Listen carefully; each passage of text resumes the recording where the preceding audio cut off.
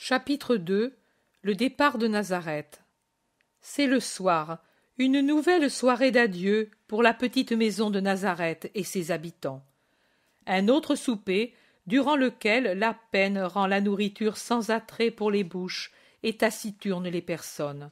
À la table est assis Jésus avec Jean et Syntycha, et Pierre, Jean, Simon et Matthieu. Les autres n'ont pas pu s'y asseoir.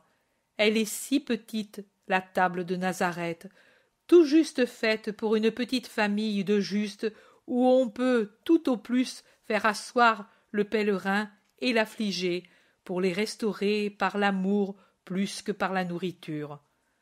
Au maximum, ce soir-là, Margiam aurait pu s'asseoir parce que c'est un enfant et très mince qui occupe peu de place. Mais Margiam, très sérieux et silencieux, mange dans un coin, assis sur un petit banc au pied de Porphyrée que la Vierge a installé sur le siège du métier et qui, douce et silencieuse, mange la nourriture qu'on lui a donnée, en portant un regard de pitié sur les deux qui vont bientôt partir et qui essaient d'avaler leur bouchée en restant la tête baissée pour cacher leur visage brûlé par les larmes. Les autres, c'est-à-dire les deux fils d'Alphée, André et Jacques de Zébédée, se sont installés dans la cuisine près d'une sorte de mets, mais on les voit par la porte ouverte. Marie très sainte et Marie d'Alphée vont et viennent en servant les uns et les autres, maternelles, angoissées, tristes. Et si Marie très sainte caresse de son sourire si douloureux ce soir-là ceux qu'elle approche, Marie d'Alphée, moins réservée et plus familière, joint au sourire l'acte et la parole, y ajoutant un baiser ou une caresse suivant le bénéficiaire, encourageant tel ou tel à prendre de la nourriture et présentant les mets les plus indiqués selon les besoins de chacun et en vue du voyage. Je crois que par une pitié affectueuse pour Jean qui est épuisé et qui en ces jours d'attente est encore plus amaigri, elle se donnerait elle-même à manger, tant elle s'efforce de le persuader de prendre ceci ou cela, en vantant la saveur et les propriétés salutaires. Mais malgré toutes ces séductions, les mets restent presque intacts dans l'assiette de Jean, et Marie d'Alphée s'en afflige comme une mère qui voit son bébé repousser son sein. « Mais tu ne peux partir ainsi, fils !» s'écrie-t-elle, et dans son âme maternelle, elle ne réfléchit pas que Jean a à peu près le même âge qu'elle, et que le nom de fils ne convient guère. Mais elle ne voit en lui qu'une créature qui souffre, et ainsi elle ne trouve que ce nom pour le consoler. Voyager l'estomac vide sur ce char cahotant dans le froid humide de la nuit, cela te fera mal, et puis, qui sait comment vous mangerez pendant cet horrible et long voyage. Éternelle pitié, en mer, pendant tant de milles, moi je mourrais de peur, et le long des côtes phéniciennes, et puis, ce sera encore pire, et sûrement le patron du bateau sera un Philistin ou un Phénicien, ou de quelque nation d'enfer, et il n'aura pas pitié. Allons donc, pendant que tu es encore près d'une mère qui t'aime bien, mange rien qu'un petit morceau de cet excellent poisson, seulement pour faire plaisir à Simon de Jonas, qui l'a préparé à Bethsaïda avec tant d'amour, et qui aujourd'hui m'a indiqué comment le préparer, pour toi et pour Jésus, pour bien vous restaurer. Cela ne te va pas? Alors, oh, cela tu vas le manger. Et elle court vers la cuisine et en rapporte un plat de bouillie fumante. Je ne sais pas ce que c'est. C'est certainement une sorte de farine ou bien de grains cuits dans du lait jusqu'à en devenir de la bouillie. Regarde, cela je l'ai fait parce que je me souviens qu'un jour tu m'en as parlé comme d'un doux souvenir de ta petite enfance. C'est bon, et cela fait du bien. Allons, un petit peu. Jean se laisse servir que quelques cuillerées de cette bouillie dans son assiette et essaie de l'avaler, mais des larmes descendent pour mêler leur sel à la nourriture pendant qu'il baisse encore plus la tête. Les autres font grand honneur à ce plat qui doit être pour eux un délice. Leurs visages se sont éclairés en le voyant, et Markham s'est levé. Mais ensuite il a éprouvé le besoin de demander à Marie très sainte « Est-ce que je peux en manger? Il manque 5 jours pour la fin du vœu. » « Oui, mon fils, tu peux en manger, » dit Marie en le caressant. Mais l'enfant est encore hésitant, et alors Marie, pour calmer les scrupules du petit disciple, interpelle son fils. « Jésus, Markham demande s'il peut manger de l'orge mondée, à cause du miel qui en fait un plat doux, tu sais. »« Oui, oui, Markham, ce soir je te dispense de ton sacrifice, à condition que Jean mange lui aussi son orge au miel. Vois comme l'enfant le désire, aide-le donc à obtenir cette chose. » Et Jésus, qui a Jean près de lui prend la main et la lui tient, pendant que Jean s'efforce, par obéissance, de finir son orge. Marie d'Alphée est plus contente maintenant, et elle revient à l'assaut avec un beau plat de poires cuites au four, toutes fumantes. Elle rentre du jardin avec son plateau, et elle dit « Il pleut, cela commence, quel malheur !» « Mais non, cela vaut mieux au contraire, ainsi il n'y aura personne sur les routes.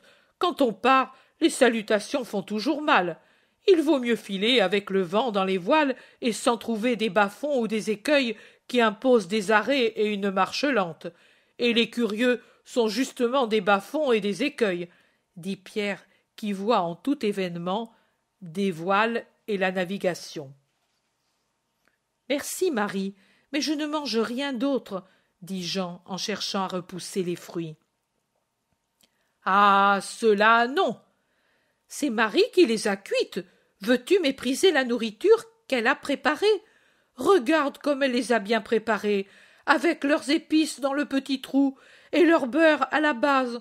Ce doit être un dessert de roi, un sirop. Elle s'est rougie, elle aussi, au feu du four pour les dorer à point. Et elles sont bonnes pour la gorge, pour la toux. Elles réchauffent et guérissent. Marie, dis-lui, toi, comme elles réussissaient bien à mon Alphée quand il était malade, mais il les voulait faites par toi. Et oui, c'est que tes mains sont saintes et donnent la santé. Bénis sont les mets que tu prépares. Il était plus tranquille, mon Alphée, après avoir mangé ses poires. Sa respiration était plus douce. Mon pauvre Marie. Et Marie saisit l'occasion de se souvenir pour pouvoir finalement pleurer et sortir pour pleurer. Je fais peut-être une supposition méchante, mais je crois que, sans la pitié qu'elle a pour les deux qui vont partir, le pauvre Alphée n'aurait pas eu une seule larme de son épouse ce soir-là. Marie d'Alphée était tout éplorée pour Jean et Saint-Ica, et pour Jésus. Jacques et Jude qui s'en allaient, tellement qu'elle a ouvert une issue à ses larmes pour ne pas étouffer. Marie lui succède alors en mettant sa main sur l'épaule de Saint-Ica qui est en face de Jésus, entre Simon et Matthieu. « Allons, mangez, voulez-vous donc partir, en me laissant aussi l'angoisse que vous êtes partis, presque à jeun ?»« Moi j'ai mangé, mère, » dit Saint-Ica, en levant son visage fatigué et marqué par les pleurs qu'elle a versés depuis plusieurs jours. Et puis, elle incline son visage sur l'épaule où se trouve la main de Marie, en frottant sa joue sur la petite main pour en être caressée. Marie caresse avec l'autre main ses cheveux et attire à elle la tête de Saint-Ica, qui maintenant appuie son visage sur son sein, sur son sein, sur son sein. « Mange, Jean, cela te fera réellement du bien. Tu as besoin de ne pas te refroidir. Toi, Simon de Jonas, tu veilleras à lui donner le lait chaud avec le miel tous les soirs, ou au moins de l'eau très chaude et mielée. Souviens-le-toi. »« Je pourvoirai moi aussi, mère, sois tranquille, » dit Saint-Ica. « En effet, j'en suis sûre, mais tu feras cela lorsque tu seras installé à Antioche. Pour le moment y pensera Simon de Jonas. Et rappelle-toi, Simon, de lui donner beaucoup d'huile d'olive. C'est pour cela que je t'ai donné ce flacon. Attention à ne pas le casser, et si tu vois que sa respiration est plus difficile, fais comme je t'ai dit avec l'autre vase de baume. Prends ce qu'il faut pour oindre la poitrine, les épaules et les reins, et réchauffe-le jusqu'à pouvoir le toucher sans te brûler. Et puis masse-le et couvre-le tout de suite avec ces bandes de laine que je t'ai données. Je les préparais exprès. Et toi, Syntycha, souviens-toi de sa composition pour en refaire. Tu pourras toujours trouver des lys et du camphre et des dictames, de la résine et des œillets, avec des lauriers et de l'armoise et le reste. J'ai entendu dire que Lazare a là-bas, à Antigonéa, des jardins d'essence. Et splendide, dit le zélote qui les a vus. Et il ajoute, moi je ne conseille rien, mais je dis que pour Jean, cet endroit devrait lui être salutaire, aussi bien pour l'esprit que pour la chair, plus qu'Antioche. Il est abrité des vents, l'air est léger, qui vient des bois de résineux situés sur les pentes d'une petite colline qui protège des vents de la mer, mais qui cependant permet au sel de mer bienfaisant de se répandre jusque-là, un endroit tranquille, silencieux, gai, pourtant avec les myriades de fleurs et les oiseaux qui y vivent en paix. Enfin, vous verrez, vous, ce qui vous convient le mieux. Syntycha est si judicieuse, parce qu'en ces choses, il vaut mieux s'en remettre aux femmes, n'est-ce pas? Jésus répond, en effet, je confie mon Jean précisément au bon sens et au bon cœur de Syntycha. Et moi aussi, dit Jean d'Andorre, moi, je n'ai plus aucune énergie. Et je ne serai jamais plus utile à rien. Jean, ne dis pas cela. Quand l'automne dépouille les arbres, il n'est pas dit qu'ils soient inertes. Au contraire, ils travaillent avec une énergie cachée à préparer le triomphe de la prochaine fructification. Pour toi, c'est la même chose. Maintenant, tu es dépouillé par le vent froid de cette douleur, mais en réalité, au plus profond de toi-même, tu travailles déjà pour les nouveaux ministères. Ta peine elle-même te poussera à l'action, moi j'en suis certaine, et alors, toi tu seras toujours celui qui m'aidera, moi pauvre femme, qui ai encore tant à apprendre pour devenir quelque chose de Jésus. Oh, que veux-tu donc que je sois désormais? Je n'ai plus rien à faire, je suis finie. Non, ce n'est pas bien de dire cela. Seulement celui qui meurt peut dire « je suis fini comme homme », pas les autres. Tu crois que tu n'as plus rien à faire? Il te reste encore ce que tu m'as dit un jour, accomplir le sacrifice. Et comment? Sinon par la souffrance? Jean, à toi, démagogue, il est prétentieux de citer les sages, mais je te rappelle Gorgias de Léontine. Lui enseignait qu'on expie en cette vie ou dans l'autre que par les douleurs et les souffrances. Et je te rappelle encore notre grand Socrate. Désobéir à celui qui nous est supérieur, qu'il soit Dieu ou homme, c'est mal et honteux. Or, si c'était juste de le faire pour obéir à une injuste sentence donnée par des hommes injustes, que sera-ce s'il s'agit d'un ordre donné par l'homme très saint et par notre Dieu? C'est une grande chose d'obéir seulement parce que c'est obéir. C'est donc une très grande chose que d'obéir à un ordre saint, que moi je juge et qu'avec moi tu dois également juger, comme une grande miséricorde. Tu ne cesses de dire que ta vie arrive à son terme et que tu ne sens pas encore d'avoir annulé tes dettes envers la justice. Et pourquoi ne prends-tu pas cette grande douleur comme un moyen d'arriver à annuler ces dettes et de le faire dans le court laps de temps qui te reste encore? Une grande douleur pour avoir une grande paix. Crois-moi qu'il vaut la peine de la souffrir. L'unique chose qui soit importante dans la vie, c'est d'arriver à la mort après avoir conquis la vertu. Tu me redonnes du courage, Syntycha. Fais-le toujours. Je le ferai. je te le promets ici, mais seconde-moi en homme et en chrétien. Le repas est fini. Marie ramasse les poires qui restent et les met dans un vase pour les donner à André, qui sort et revient en disant « Il pleut toujours plus. Moi, je dirais qu'il vaut mieux. » Oui, attendre, c'est toujours prolonger l'agonie. Je vais tout de suite préparer la bête. Et vous aussi, venez avec les coffres et le reste. Toi aussi, Porphyrée, vite. Tu es si patiente que l'âne en est charmé et se laisse habiller. C'est le mot qu'il emploie, sans entêtement. Après, s'en chargera André qui te ressemble. Allons, en route. Et Pierre pousse hors de la pièce et de la cuisine tout le monde, sauf Marie, Jésus, Jean d'Andorre et Saint-Ica. Maître, ô maître, aide-moi, c'est l'heure de me sentir fendre le cœur. Oui, elle est venue. Oh, pourquoi, bon Jésus, ne m'as-tu pas fait mourir ici, après avoir eu déjà le déchirement de ma condamnation et après avoir fait l'effort de l'accepter? Et Jean tombe sur la poitrine de Jésus, en pleurant, tout angoissé. Marie et Saint-Ica essaient de le calmer, et Marie, bien que toujours si réservée, le détache de Jésus en l'embrassant, en l'appelant « Fils chéri, mon fils préféré !»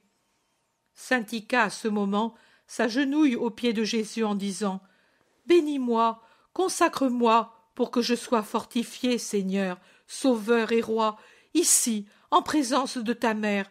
Je jure et je promets de suivre ta doctrine et de te servir jusqu'à mon dernier soupir. Je jure et je promets de me vouer à ta doctrine et à ceux qui te suivent, par amour pour toi, Maître et Sauveur. Je jure et je promets que ma vie n'aura pas d'autre but et que tout ce qu'est le monde et la chair est pour moi définitivement mort, alors qu'avec l'aide de Dieu et des prières de ta mère, j'espère vaincre le démon pour qu'il ne m'induise pas en erreur et qu'à l'heure de ton jugement je ne sois pas condamné. Je jure et je promets que les séductions et les menaces ne me feront pas plier et que je m'en souviendrai, à moins que Dieu n'en dispose autrement, mais j'espère en lui et je crois en sa bonté, ce qui me donne la certitude qu'il ne me laissera pas à la merci de forces obscures plus fortes que les miennes. Consacre ta servante au Seigneur pour qu'elle soit défendue contre les embûches de tout ennemi.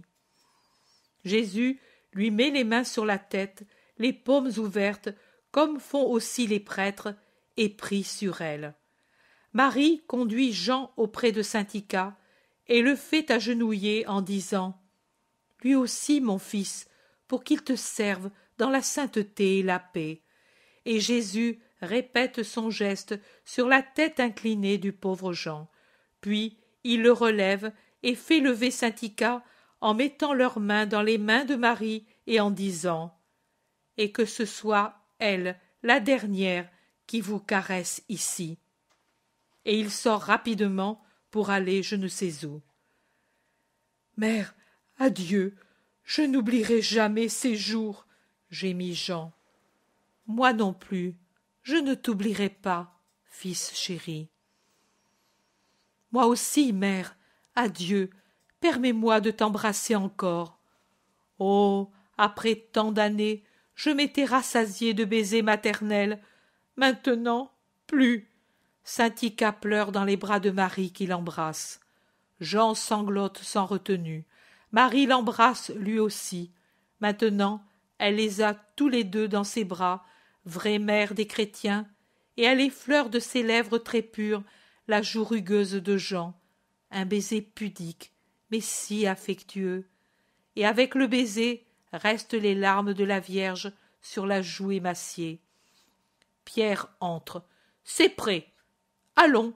Et il ne dit rien d'autre à cause de l'émotion. Margiane, qui suit son père comme l'ombre suit le corps, s'attache au cou de Saint-Ica et l'embrasse. Il embrasse Jean et lui donne des baisers, mais il pleure lui aussi. Ils sortent, Marie tenant Saint-Ica par la main et Margiam à la main de Jean. « Nos manteaux, dit en pleurant Syntycha, et elle va rentrer. « Ils sont ici, vite, prenez, dit Pierre rudement pour ne pas s'émouvoir, mais derrière les deux qui s'enveloppent dans leurs manteaux, il essuie ses larmes avec le dos de la main. Là-bas, au-delà de la haie, la lumière mouvante du char met une tache jaune dans l'air obscur. La pluie bruit dans les feuillages des oliviers, résonne sur le bassin plein d'eau.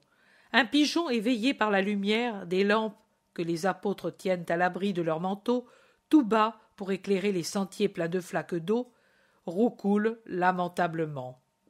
Jésus est déjà près du char, sur lequel on a tendu une couverture pour servir de capote.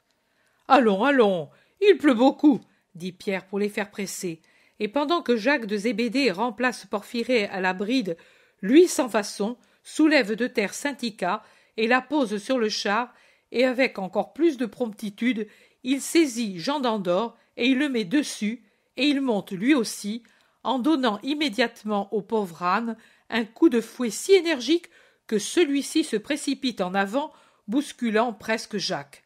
Et Pierre insiste jusqu'à ce qu'il se trouve sur la vraie route, à une bonne distance des maisons. Un dernier cri d'adieu suit ceux qui partent et qui pleurent sans se retenir. Pierre arrête ensuite la monture hors de Nazareth en attendant Jésus et les autres qui ne tardent pas à les rejoindre en marchant rapidement sous la pluie battante. Ils prennent une route à travers les jardins pour arriver de nouveau au nord de la ville sans la traverser. Mais Nazareth est plongée dans la nuit et elle dort sous l'eau glacée de la nuit d'hiver. Et je crois que le bruit des sabots de l'âne, peu sensible sur le terrain détrempé en terre battue, n'est même pas perçu par des veilleurs éventuels. La troupe avance dans le plus grand silence. Seuls les sanglots des deux disciples se font entendre, mêlés au bruit de la pluie sur le feuillage des oliviers.